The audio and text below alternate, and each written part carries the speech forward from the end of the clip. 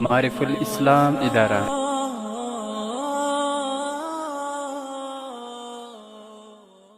او ډیر ورونه سوال کوي چې ډیر ولور یا ډیر مہر اخیستل د شریعت له نظره څه حکم لري.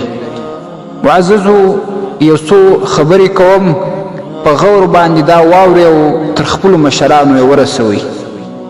مہر یا ولور که څه هم د ښځې حق دی، نو دا د ښځې حق چې پلار اخلي یا یې ورور اخلي یا یې بل کس اخلي، هغوی ته دا ناجایز دی. او هیڅ وخت لور و خپل پلار ته په ښه نفس باندې په خوشحالي باندې دا مهر نه بخشي. هسې د شرم به یې معاف کړي لیکن بخشي نه. مهر چې اسلام وضع کړی دی دا د ښځې حق دی. قرآن کریم کې ربی العزال فرمایي وآتوا النساء صدقاتهن نحله، او تاسو د ښځو مهر په ښه زړه باندې ورکئ، دا د ښځو حق سو. ګورئ بل طرف ته بیا ربی العزال فرمایي فإن طبن لكم عن شيء منه نفسا فكلوه هنيئا مريئا. که ښځه بیا دغه مهر یا ولور خپل خاوند ته په خپله خوښه ور وبخښي، معاف یې کړي، الله رب العزال وایي چې تاسې هغه په ښه زړه باندې وخوري، هغه باندې خوند واخلي، هغه درته معاف دی. نن چې پلار راولاړېږي، ورور راولاړېږي، خپله لور په لکاو خرڅوي، دا په نکاح اخیستل نه بلکې خپل بچان خرڅول سوه. او بیا د دې ولور ته پیسې را بډ وهلي وي، هغه ولور خپل نس ته اچي، خپل نس ورباندې ډکوي، خپله ګېډه ورباندې ډکوي. ګورې معززو، نکاح شرعي حکم دی. په قرآن کریم کې ربی العزال وایي تاسې نکاح وکړئ، او نکاح د نبي صلی الله علیه وسلم او د تمامو انبیاو سنت دی.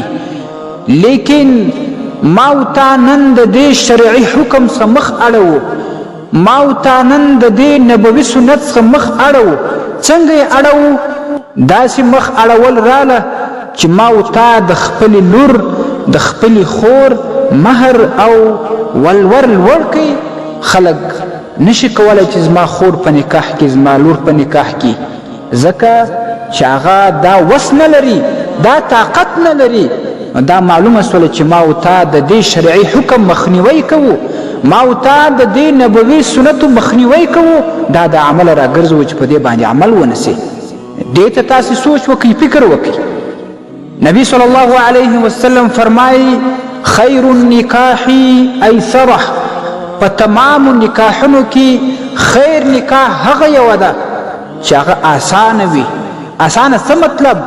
مطلب دا چې ولور کم وي، زوم په اسانۍ باندې خلاص شي، واده د ناروا رواجونو څخه خالی وي، د ناروا رسمونو څخه خالی وي، زوم باندې زور رانسي، زوم د دې ولور او مهر ادا کولو لپاره پردیو ملکونو ته په سفر باندې مجبور نشي، او هغه پردیو خانانو ته د مزدورۍ لپاره مجبور نشي چې د هغو په چوپړ کې ولیدلی وي د خپل مهر د ادا کولو دپاره، د هغه پر غاړه باندې تا مهر اړولی وي، هغه ته د دروند بار لاندې راویستلی وي.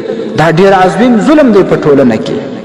علما باید دې ته متوجه سي، د معاشرې امیران او مشران خلک باید دې ته متوجه سي، مجاهدین باید دې ته متوجه سي چې دوی ټول په اتفاق باندې په هره محله، په هره سیمه او په هره علاقه کې شرعي مهر وټاکي، او د دې ناوړه رواجونو مخنیوی وکړي، او د خلکو د مسلمانانو فکرونه د دې ناوړه ولورونو پر ضد باندې جوړ کړي چې هغوی په ټولنه کې دا ظلم پرېږدي او دا ظلم ختم کړي. نو په ډېر ولور باندې تا زوم مجبوره کوي پردي مسافرۍ ته. هغه ستا زوم نن په ایران کې، نن په نورو خارجي مملکتونو کې په څه تکلیف او مشقت باندې ژوند تیروي. دا ستا غیرت دی او که ستا بې غیرتیا ده. لږ دې ته سوچ وکړه. دویم، تا خپله لور په ډېر ولور ورکړل، نن ته په کور کې ناست دی، ستا زوم د بل مزدوري کوي، مسافرۍ ګالي تا ته ولور برابروي. نو په دې وختونو کې چې ستا دا زوم کمه ګناه وکړي، ستا دا لور کمه ګناه وکړي، هغه خو دې په دې ګناه باندې تباه کړل. لیکن واوره چې په دې ګناه کې مکمل ته ورشریک یې، که د دې نجلۍ پلار یې، که د دې نجلۍ ورور یې، دا په خلاصو غوږونو واورئ. هسې په کور کې به ته ارام ناست یې، ستا لور چې کومه ګناه وکړي، ستا زوم چې کومه ګناه وکړي، دا ګناه کې تاسې مکمل ورشریک یاست، غاړې مو نه خلاصېږي. واورئ، دا ډېر ولور اخیستل دا په ټولنه کې یو فساد جوړوي. تا په ټولنه کې فساد راوستی. یو طرف ته عیاشي مخ پر زیاتېدو ده، بل طرف ته موبایلونه د ځوان او د پیغلې په لاس کې دي چې هغه هر قسمه فحاشي ته لاسرسي لري. یو طرف ته عریاني مخ پر زیاتېدو ده. زما او ستا په کورونو کې ټیویانې پرتې دي، زما او ستا کورونو کې ځوانان او پیغلې تر وخت د مخه بلوغ ته رسیږي. دا په دې وجه باندې چې معاشره خرابه ده، د دې فساد، د دې عریانۍ، د دې فحاشۍ مخه په نکاح باندې تړل کیږي، د دې مخه په نکاح کولو باندې نیول کیږي. لیکن ما او تا راولاړ سو، ولورونه مو ولاړ کړل، نکاح کمې سولې، ځکه زنا ته لار هواره سوه، ځکه فحاشۍ ته لار هواره سوه، ځکه ګناهونو ته لار هواره سول. په دې ګناه کې ګوره ته شریک کې لږ سوچ وکړه. بل حدیث شریف کې نبی صلی الله علیه وسلم فرمایي ان اعظم النکاح برکتا ایسره مؤنه. په تمامو نکاحونو کې د برکت والا نکاح هغه یوه ده چې د هغې مصارف کم وي، د هغې خرڅه کمه وي، په هغه کې اسانتیا پرته وي. تا ګوره په ډېر ولور باندې، په ډېر مهر باندې، په ډېرو ناوړه او ناروا رسمونو او رواجونو باندې نکاح سخت کړل. تا ظلم وکړي، تا د دې نکاح برکت ختم کړي، تا د دې نکاح خیر ختم کړي. نو دا تا ښه کار وکړي که تا غلط کار وکړي، لږ سوچ وکړه. د لور په ولور باندې خپله ګېډه مډه کوه، خپله لور په لږ ولور ورکه، په لږ مهر یې ورکه، خپله خور اسانه یو چاته په نکاح ورکه. تاسو راسي د خپلو مشرانو اکابرو علما کرامو تاریخ وګورئ چې هغه خپلې لورې په څنګه نکاح ورکوي، په څه طریقه یې ورکوي. حضرت مولانا احمد علي لاهوري رحمه الله یوه لور درلودله. خپلې کوروالا ته وایي چې زما دا لور کله لویوالي ته رسېږي ما ته خبرداری راکړه. کله چې لور لویوالي ته ورسېدل ده ته خبرداری ورکول سوه. حضرت مولانا احمد علي لاهوري رحمه الله فورا د هغې د نکاح ورکولو انتظام کوي.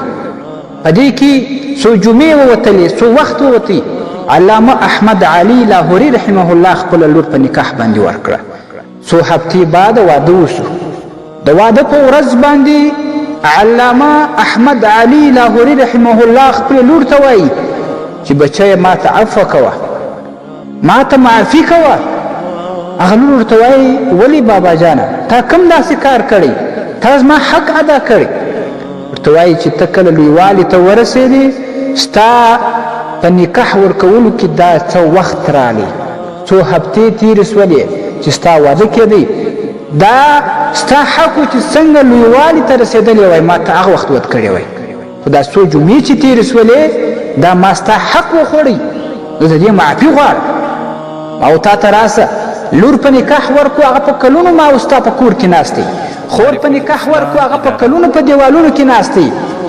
دا ظلم دی، دا یو ډېر عظیم ظلم دی. واورئ، والله چې د قیامت په ورځ به د دې غریبو خلکو په مخ کې سرکښته او ټیټ سترګې ولاړ یاست. دا ظلم په ټولنه کې ختم کړئ، لږ نکاح آسانه کړئ، لږ د دې زناو مخه ونیسئ. د دې زناو مخه، د دې زناو او فحاشۍ مخه په نکاح باندې ختم کیږي. چې کله ما او تا نکاح آسانه کو، نکاح به ډېرې سي، دا زناوې به کمې سي. که ما او تا ولورونه زیات کو، نو بیا به نکاح کمی سي زناوې به زیات سي. ستاسې د اسلامي پوښتنو جوابونکی مفتی حکیم الله صابر الحنفي صاحب. معرف الاسلام اداره